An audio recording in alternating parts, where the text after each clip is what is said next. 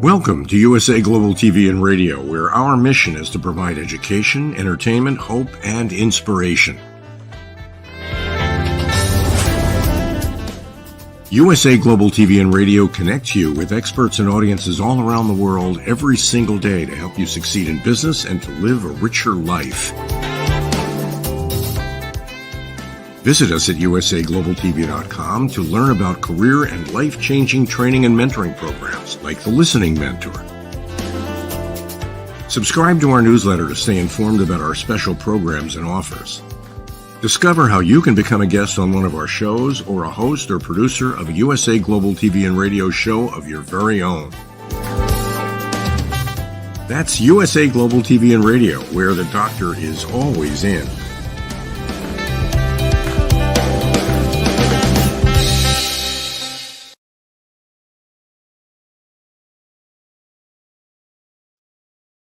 Hi there, Red O'Loughlin here on the Corner Bookstore on the USA Global TV and Radio Network. Today we have an author who has a very unusual book, one that should be definitely read by a lot of people. Things happen to us in life. Sometimes we know about them in advance because we plan on getting married, we have kids, we get a degree, whatever it may happen to be, a new job. But sometimes things happen totally unexpectedly.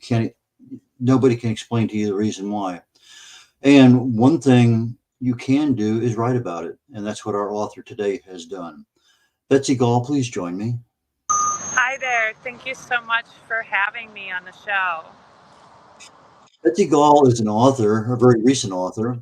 And we're going to explore a little bit of her other background. But I think right now, let's start out in the authoring part of things and just go from there. So why don't you take a brief minute or two and tell us the background behind that's a very serious and thoughtful subject, and then we can get into you as a writer and other things. So why don't you go ahead and set the stage? Well, hi there, and I'm so sorry if you hear this background noise.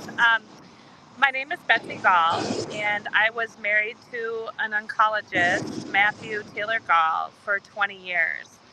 Matt was a loving and caring physician, a great husband, and a father to our 3 children. And unfortunately, after a job-related move from Minnesota to North Carolina, we had recently moved, and Matt fell into a deep depression, and it hit him very, very hard. And all I can say was I felt called to journal and write about my experience.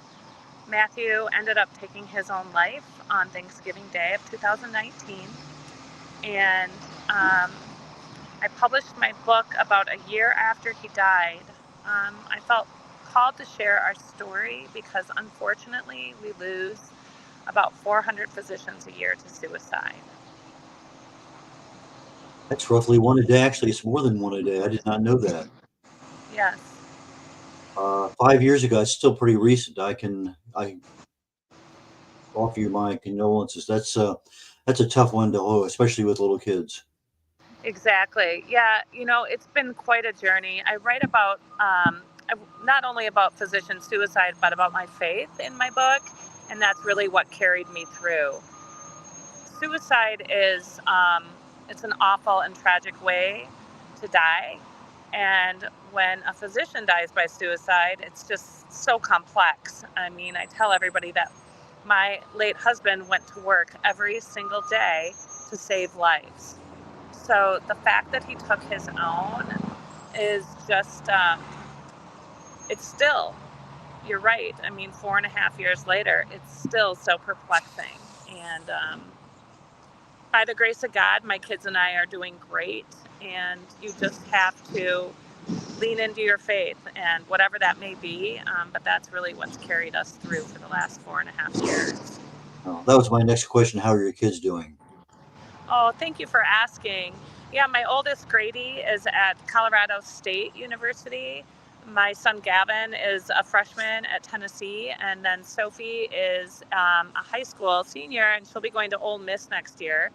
Um, Going on the grief journey with my children has been challenging, but I've been very fortunate to be able to get them the proper care that they need. Everybody grieves so differently, and my children were no exception. So, we have ups and downs still. And as time goes on, time does heal. It does ease the pain, but it certainly has been a journey. But they are all doing really good right now. So thank you so much for asking. Sometimes we have that situation where, so let's say cancer, and it's months and months or whatever, and the person's going to die and they're 60 or 70 or 80 years of age, and they've had a good life, and it's kind of preparing you for it, but it's still a situation that you grieve. But if it's a car wreck or some other incident that's immediate, you know, that's pretty tough. I lost a brother to a drowning accident. That immediacy is there, but when suicide occurs, that throws it into a entirely different ball game. Now that you started a journal after this happened, was that as part of a therapy? Well, no, it's really interesting what happened to me. When we got to North Carolina, we had only been here for about a week when my husband started saying things like, "This was a grave mistake." And I feel like this was career suicide, and I'm watching a small car crash. And I thought, okay, this is super weird. It's a job, and if it doesn't work out, there's plenty of jobs out there, we can move. Well, um, I couldn't really talk to anybody about Matt's depression. One, I didn't know very many people, and two, I didn't know about depression. So I kind of didn't know what was happening to my husband because he was the life of the party. He loved life. I mean, like I said, he dedicated his whole life to saving lives. So I really would walk around my neighborhood and cry and like talk to God, like, I don't know what I'm supposed to do here. And there was just like this whisper that said, right. I had journaled on and off over the years, but nothing like I started doing when we had first moved here to North Carolina. That was just something I felt called to do. And I'm glad I did because I can turn back the pages of my journal and it brings me right back to that moment and that day. Um, After Matt died, I knew I had to write a book. I didn't know how to write a book, but I knew that those journals were going to be essential in getting the word out about physician suicide. And I have to say, my publicist the other day, said, something about you have to. Somebody wanted to talk to me about being a writer, and I kind of giggled because I don't consider myself a writer. I mean, I guess I am. I'm a published author, but I'm a real estate agent, and I had never written a book before. It was just something I just felt called to do. So that's how it all came together. Do your kids journal at all? My daughter does on and off. Actually, I shouldn't say that. My oldest son, Grady, and my daughter do on and off. And so you have a journal, which was, I guess, your guide, your path to developing the book. But you got to start somewhere. So, and I don't know, did you read a few books ahead of time to get an idea how others were put together? Well, it was funny. I mean, Matt's death was it was just so paradoxical and complex and confusing. Like, how he was a doctor, so how could he take his own life? So I remember we were in North Carolina and then we moved back to Minnesota for a short period of time. And so I just started Googling, about physician suicide. I had no idea that it was like a thing. And I did come across a book called Why Physicians Die by Suicide. And I thought, oh my goodness, there's a whole book dedicated to the subject. How can this be? So that's where I started my research. And the author of that book, Dr. Michael Myers, he's a brilliant psychiatrist out of New York. I reached out to him. We became friends. I've talked on a couple panels for him. But that was really my guide in starting to figure out how I was going to put the book together. Did you put together any kind of outline as to how soon you wanted the book published? 6 months, a year, 2 years? Was there any guiding force as to, let's get this thing done? Yeah, there was. I'm a kind of a type A person, like a go-getter. And so I said, I'm going to give myself a year to do this project. And I hated writing the book. Everybody's like, oh, it must have been so therapeutic and cathartic. And it was in a way, but it was also heartbreaking because I had to relive it every day when I would go over, a paragraph or I'm very graphic in the book. I'm very honest and very open, and it's raw and it's vulnerable. And so it was hard. It was really hard emotionally to get through it. But I did give myself a time limit, and I dedicated time every single day to writing the book. Like, get it. The book I felt like was written with my journals, but I had to figure out, and I did get help. How do you put it into chapters? How long should the chapters be? What is this whole thing going to look like? So that that took help, and research, but I got it done, and I wanted to do it within a year, so I was happy that I did. Okay, we think generally of editing. Once the book is done, we get the typos done and the grammar and the syntax. But sometimes when you're writing a book, you have a need of a developmental author, somebody that keeps you on track, helps you with the plot and the transitions. Did you use any kind of developmental editing at all? Yes, I definitely did. It was interesting. I had met, people think I'm kind of crazy, but after a suicide, we all become investigators. So I had actually met with a psychic, and this psychic had said to me, are you writing a book? And I was like, yeah, I'm trying to. I'm a real estate agent. And she said, I see you writing a book, and I see you speaking on several panels. I thought, well, okay. I said, I don't know how to write a book. And she said, well, Betsy, I'm going to talk to you about that after our discussion here. So after we were done talking about Matt, I had a lot of questions. Like, is he mad at me? I felt like I didn't do enough. Is he okay? All of these things that, we question after we lose somebody, just to any sort of death, but especially after suicide. She said to me, Betsy, you're in Minneapolis. I know this woman, and she runs a writing group for women. You have to go. They meet every Friday at this pizza place in Eden Prairie. And I said, okay, I'm gonna just show up. So I did. And the leader of that group happened to be an editor, and she helped me because I had no idea how to put books into chapters, and what was relevant to me wasn't necessarily relevant to the reader. So she was a huge help, and it would have never gotten done without her. So I'm very grateful. And that's kind of how my whole life has been. I don't believe in coincidences. It was all kind of guided by God. And it put the right people in my life at the right time to help me complete this project. Okay, so you're writing your book, you have a developmental author, editor that's helping you, you're seeing progress, things are getting done. Now, publishing. Tell me about the publishing process. What thoughts went through your mind as to which way to go and which way did you actually end up going? Yeah. So again, like no idea how to write a book, no idea about becoming an author, what this would entail.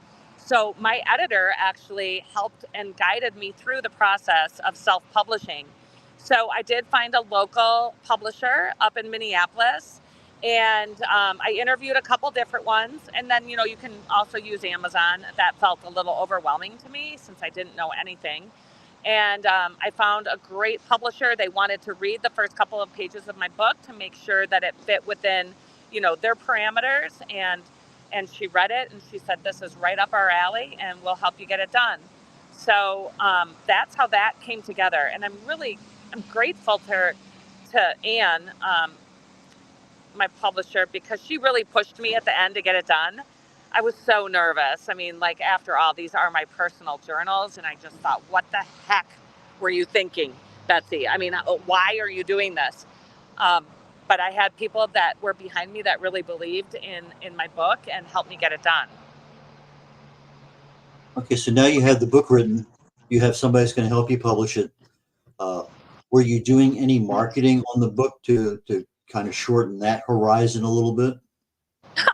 That's funny. I didn't even think about that once I did it.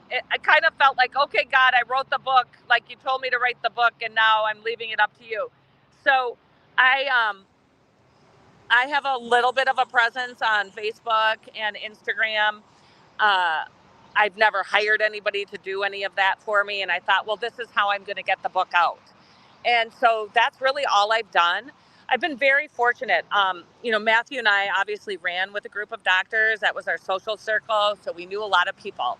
And I had a call from a very good friend who is the medical director of a huge orthopedic firm up in Minnesota, and Twin City Orthopedic.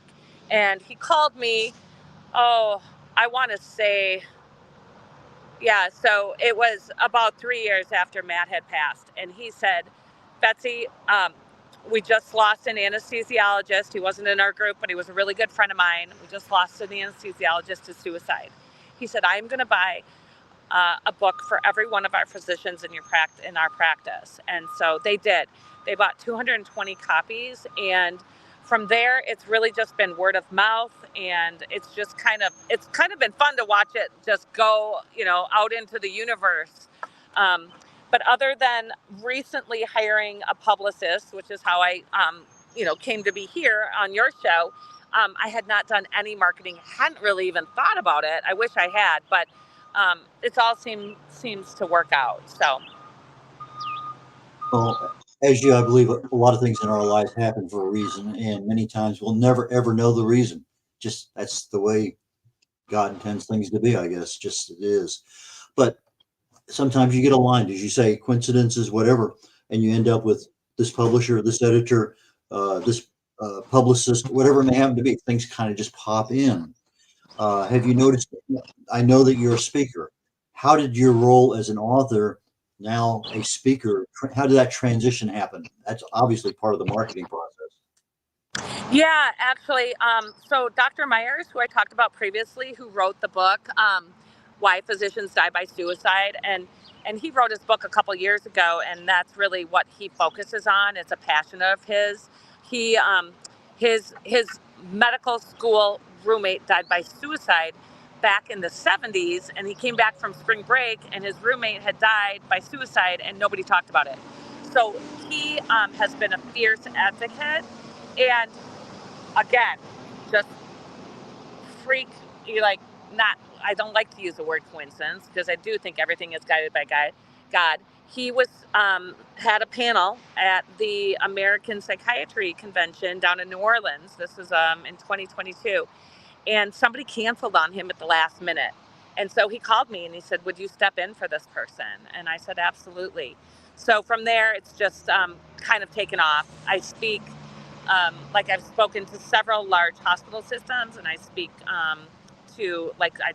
last Friday was at the South Carolina Medical Alliance Association, speaking to them about them, just to get the word out. And so people can understand how much stress our doctors are under and signs to look for if they are depressed.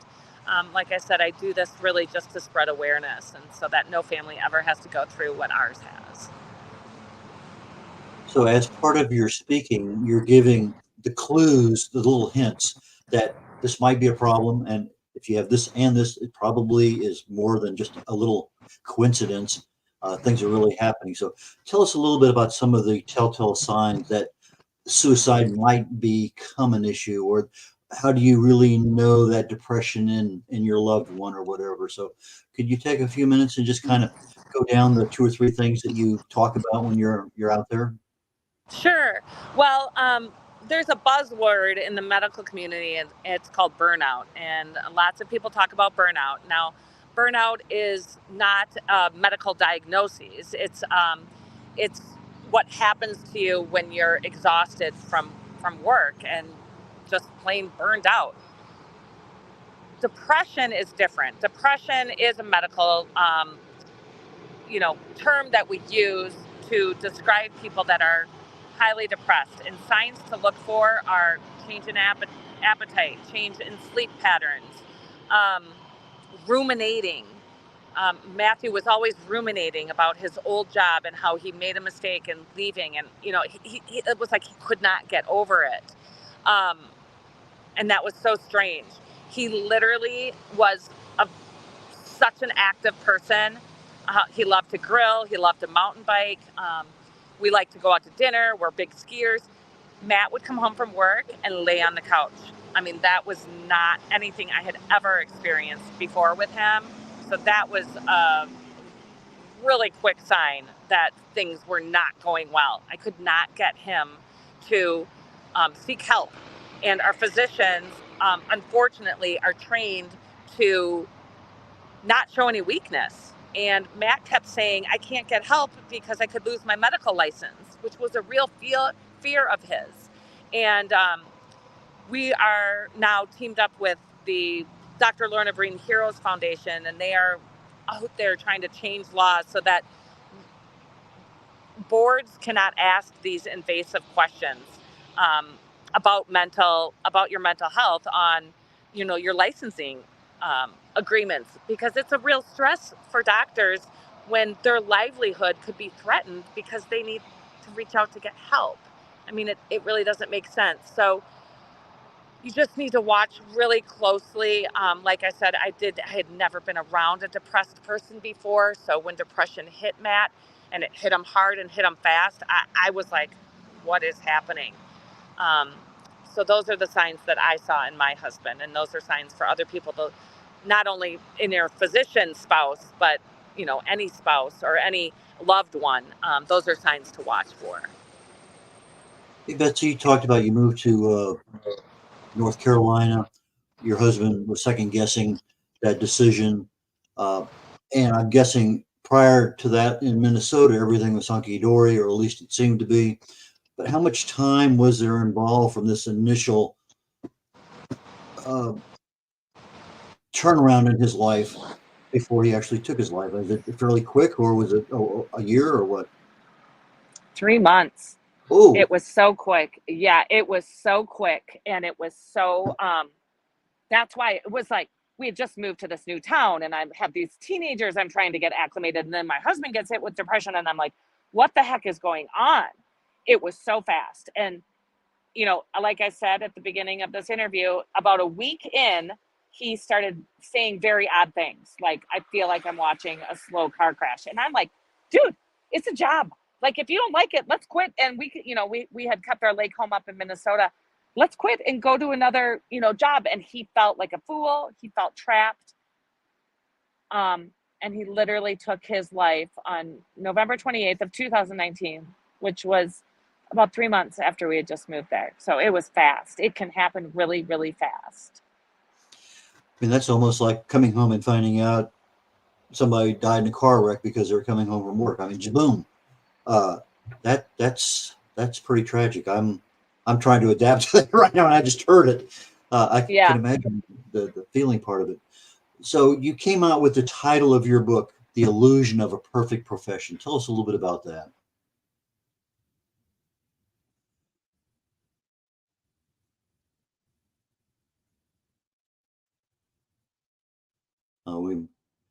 We lost a little bit here. I'm not sure what's going on, but we'll figure it out.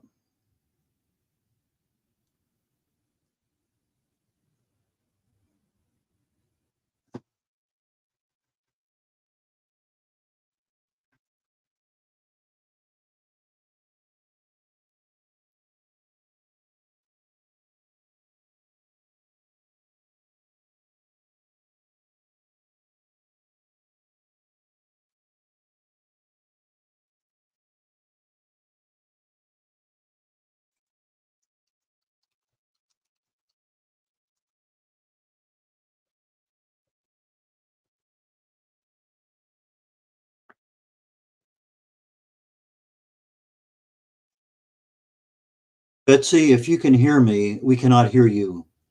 I thought it would just go away. I'm not sure if you touched something on your phone and it put the thing into mute or whatever. Regardless, about the last minute and a half or so, I thought it would come right back. But would you double check your phone? But I'm still not hearing you. If we need to reconnect, we can do that. Testing 1, 2, 3, 4. I'm not hearing any background noise, nothing.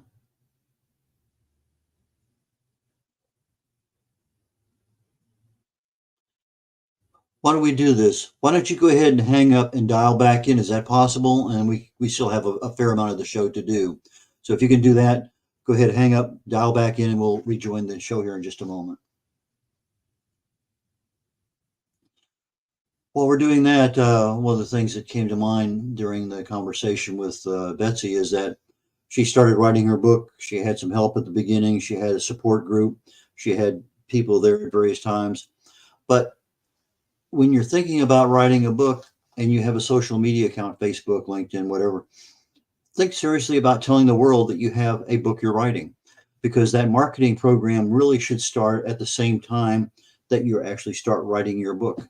It may take you a year to get there, but that's a year of not necessarily free marketing, because obviously you have your time and energy involved, but it's a year's worth of marketing that could have been going along at the same time as your actual writing is going on. So as such, now you have a little bit of an advantage. As you have a paragraph or two, you want to share that with the audience, keep a little bit of interest out there. You have 2 or 3 or 4 different covers, put those out for an A or B, B or C, C or D. From an author perspective, a lot of times we have a favorite title or a favorite cover, but our perspective is not the same perspective as the buyer of the book. And so I know one of the last books I put out, I went ahead and put 5 different covers out. The one I liked the least was one everyone loved. The one I loved, hardly anybody liked. So anyway, I think right now what we're going to do while we're waiting for Betsy to come back in is go to a quick commercial break, and we'll be back here in just a minute or two. Women of the Caribbean and around the world, are you tired of the status quo? Tired of barely making ends meet? Tired of giving maximum effort for minimum results? Are you in need of change, a fresh start, a new outlook, a new perspective? It's time to break through. Join us along with women from around the world at the Empower Her Escape, a 5-day all-inclusive royal cruise to the Bahamas and Florida. Connect with world leaders and influencers and begin afresh your journey to more. Hear dynamic speakers with sessions on women in leadership, the importance of mentorship, how to start a business from the ground up, financial literacy, an integrated approach to wellness and wholeness, and so much more. Guest speakers include First Lady Anne-Marie Davis of the Bahamas, Her Royal Highness Katerina of Yugoslavia Lady de Silva, Her Royal Highness Queen Sekothali Mephena of South Africa, and Coach Max, Global Multi-Six-Figure Wealth Coach. Cruise packages include 2 nights at an all-exclusive resort, gratuities, taxes, and port fees, red carpet welcome and extravaganza, course materials, and a souvenir gift bag, flight not included. The Empower Her Escape Cruise takes place on May 15th through the 19th, 2024, departing from the port of Palm Beach, Riviera Beach, Florida. Hosts for this life-changing event are Coach Cherish Hollingsworth of Florida and Coach Mercy Gilbert of the UK. For more information, visit our website at www.empowerherroyalescape.com or call us at 954-203-6608 or email us at cherishresiliencecoach@gmail.com. Connect, collaborate, celebrate at the Empower Her Escape Cruise.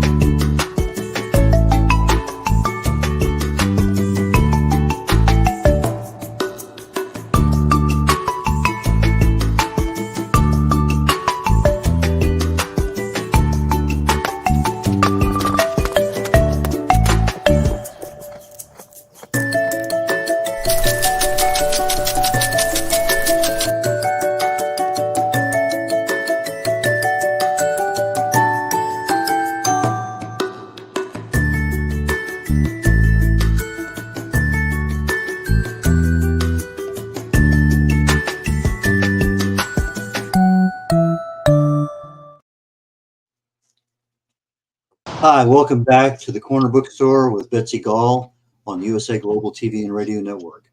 And I'm sure Dr. Jacqueline got you all fixed back up with video and audio. It's working. And I see you're smiling, so I'm guessing that's a true statement.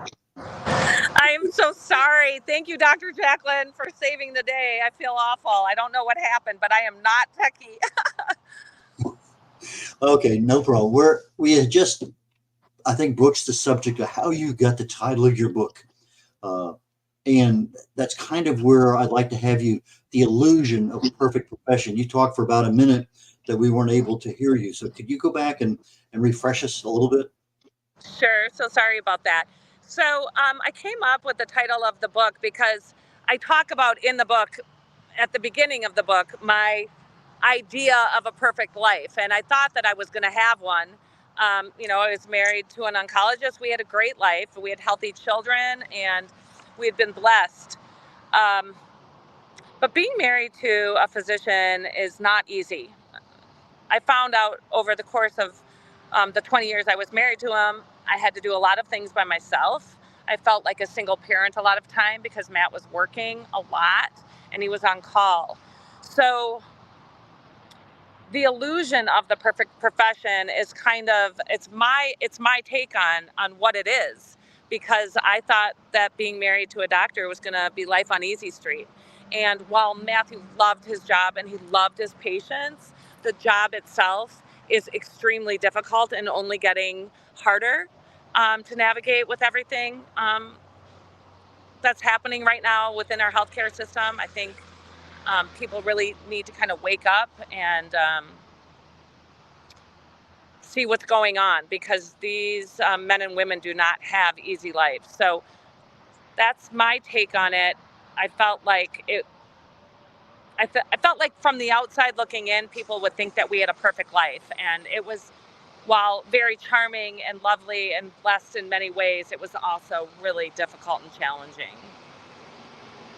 You came up with the title of the book, but sometimes when people Google information, the title may be a great title, but sometimes we need the subtitle in order to give us the keywords to finding exactly what we're looking for. So in your subtitle, it's One Wife's Story About Love, Physician Suicide, and Finding Comfort and Purpose in the Aftermath. I think that is such a wonderful subtitle because it catches the keywords, it catches the event and aftermath. That to me is a remarkable subtitle. I really and truly want to commend you for that one. Thank you. I appreciate that. Okay, so you're now in the process of marketing your book through a publicist, through speaking, and people want to know more about what's going on with Betsy Gall, the author.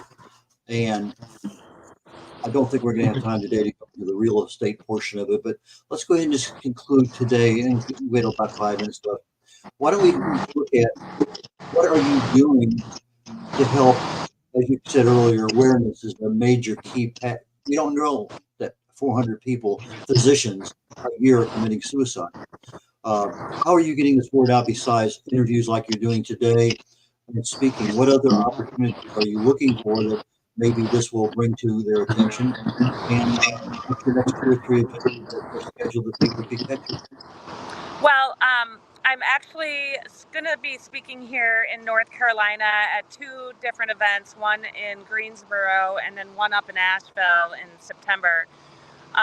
So people can reach out to me, via email or follow me on Facebook and Instagram. I'm just a real person. I don't have anybody helping me with my social marketing, but I do it because I want to offer people hope that there is life after such a tragedy. I just like to share because I feel so blessed.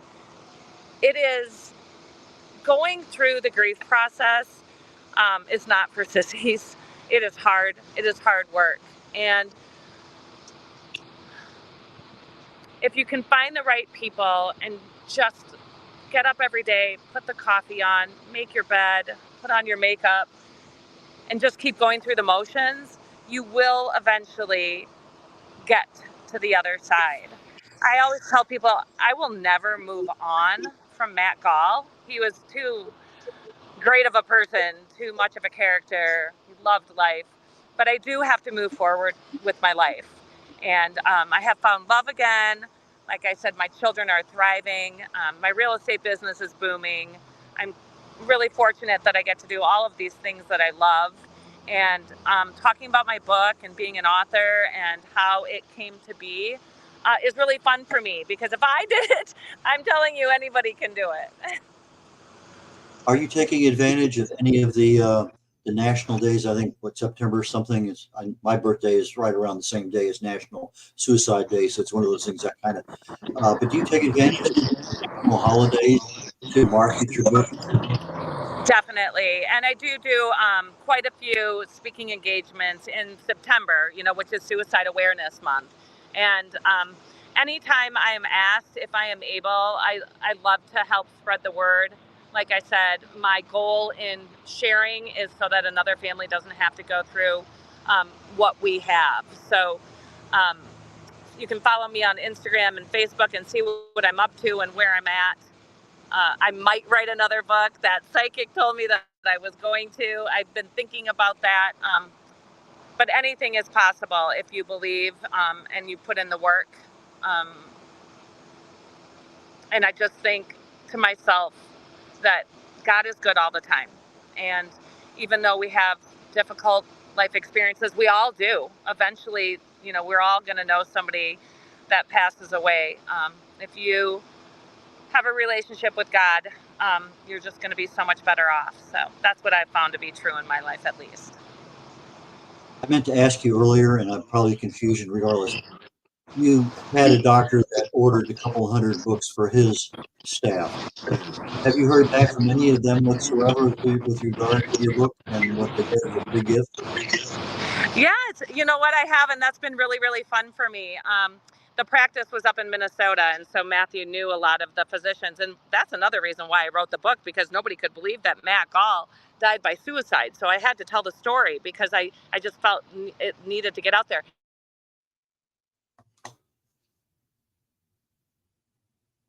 No. It looks like we have the video still, but we don't have any more audio. So I don't know what's going on with the connection. But let me go ahead and wrap it up because we're down to the last minute or so of the show. Betsy, again, we've lost the audio, and I guess you can't hear me this time. So, Dr. Jackman, when you bring up her byline at the bottom so that I can go ahead and give that to everybody.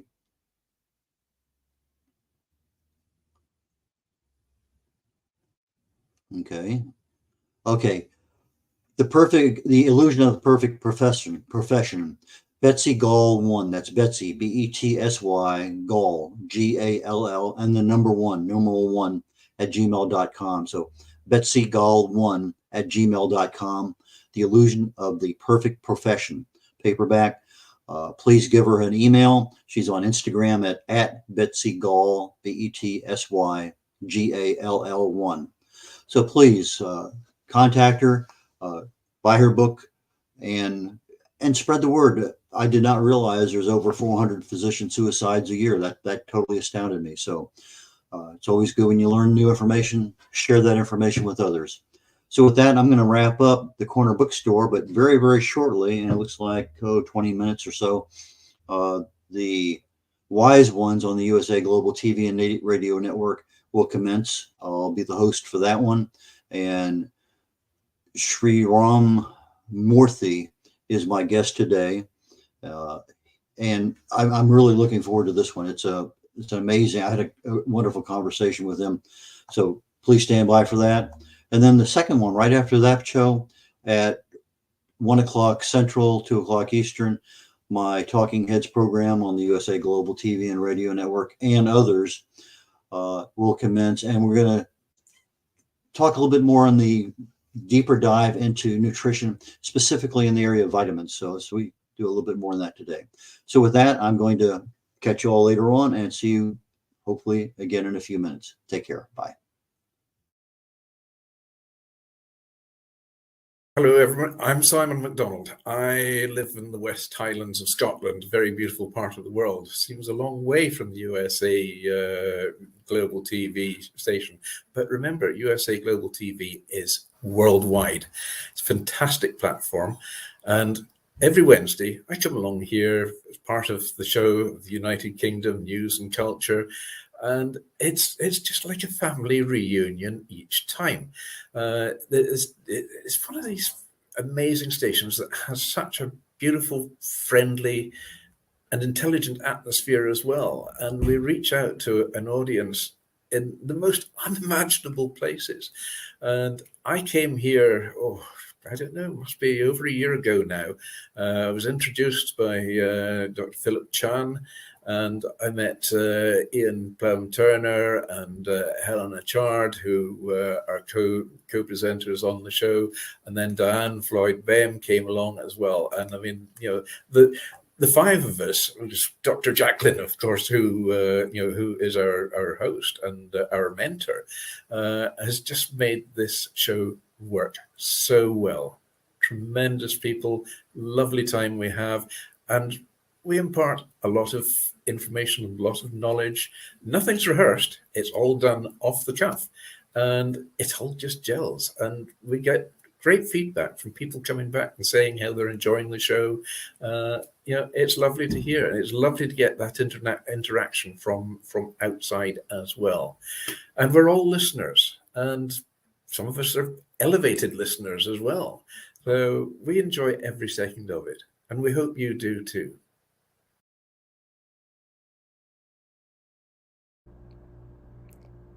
This program has been brought to you in part by Zane Carson Carruth, etiquette and protocol expert, international award-winning author, television show host, and philanthropist. Thank you to Zane, our official diamond sponsor for USA Global TV and Radio in partnership with E360 TV.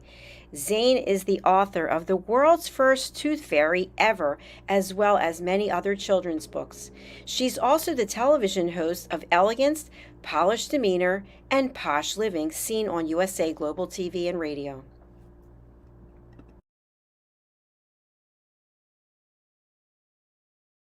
Hi, my name is Zane Carson Carruth, and I'm the author of this book, The World's First Tooth Fairy Ever.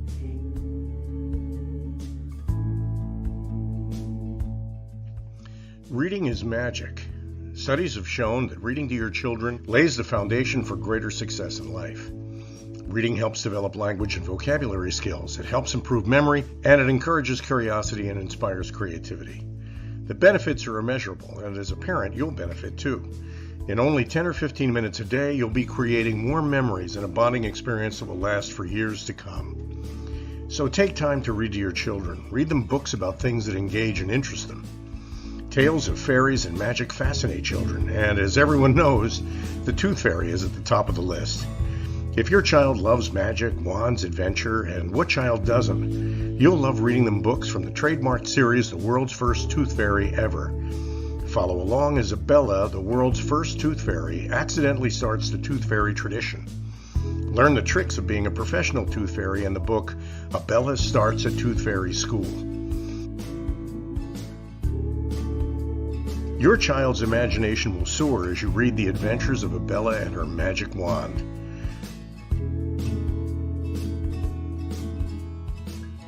These wonderful books are available at worldsfirsttoothfairy.com and at Amazon, Barnes & Noble, and Walmart.